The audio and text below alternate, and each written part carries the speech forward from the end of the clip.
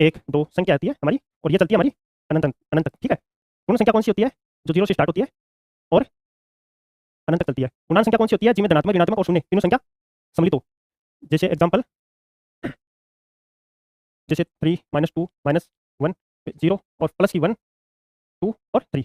ऐसे ही परमेय संख्या होती है। जो परमेय संख्या का एग्जांपल हम देखते हैं, इसमें सभी संख्या सम्मिलित होती है। इसमें प्राकृत संख्या भी सम्मिलित होती है, पूर्ण संख्या भी सम्मिलित होती है और पूर्णांक संख्या भी सम्मिलित होती है।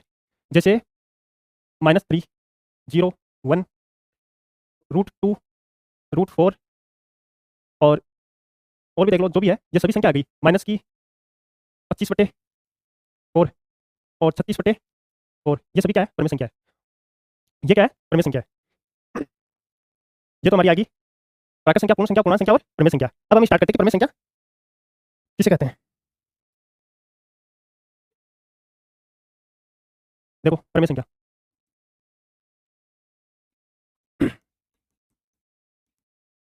परमेय संख्या वो होती है जिसे हम डिकोड करते हैं P/Q से, जहां Q का मान नॉट इक्वल टू 0 होता है। इसका मतलब ये हो गया कि Q का मान हम 0 नहीं ले सकते। क्या नहीं ले सकते? 0 इक्वल टू 0 नहीं ले सकते। इसका मान ये हो गया P/Q का। जैसे एग्जांपल देखते हैं हम, परमेय संख्या का एग्जांपल,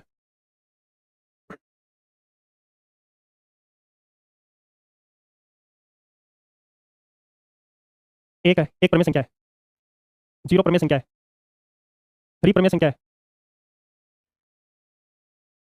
और इसके अलावा हम करते हैं बात 25/4 परमेय संख्या है। और इसके अलावा ये आ गई। इसके अलावा अनंत, अनंत क्या है? अनंत एक परमेय संख्या नहीं है, क्योंकि ये अपरिमेय संख्या होती है।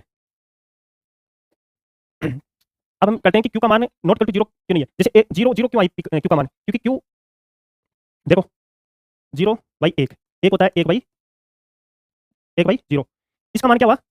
इसका मान तो है 0, ठीक है, और इसका मान होता है अनंत, ठीक है। तो हम क्या कहते हैं कि P/Q के रूप में, ये क्या है संख्या? P/Q के रूप में। तो P और Q, Q का मान क्या आना चाहिए? 0 नहीं आना चाहिए ना। तो यहाँ क्या है?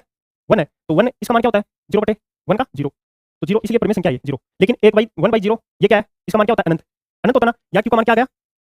0। तो 0 आ गया तो ये होगी अपरमेय संख्या, ये परमेय संख्या नहीं हो सकती, इसलिए ये अनंत क्या है? अपरमेय संख्या, परमेय संख्या नहीं हो सकती। अब देखो Q, Q के ये Q है, इसको इसका अलग से हम डिकोड करते हैं कि Q को इसके गुणनखंड क्या क्या आ सकते हैं और भी। देखो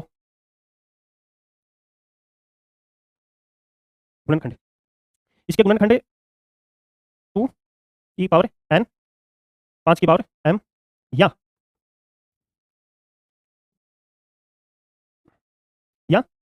10 की पावर 10 की कोई भी घात हो, ठीक है, 10 की कोई भी घात हो। अब है n और m, ये दोनों n और m का मान क्या हो सकता है? n और m का मान होगा ऋणात्मक,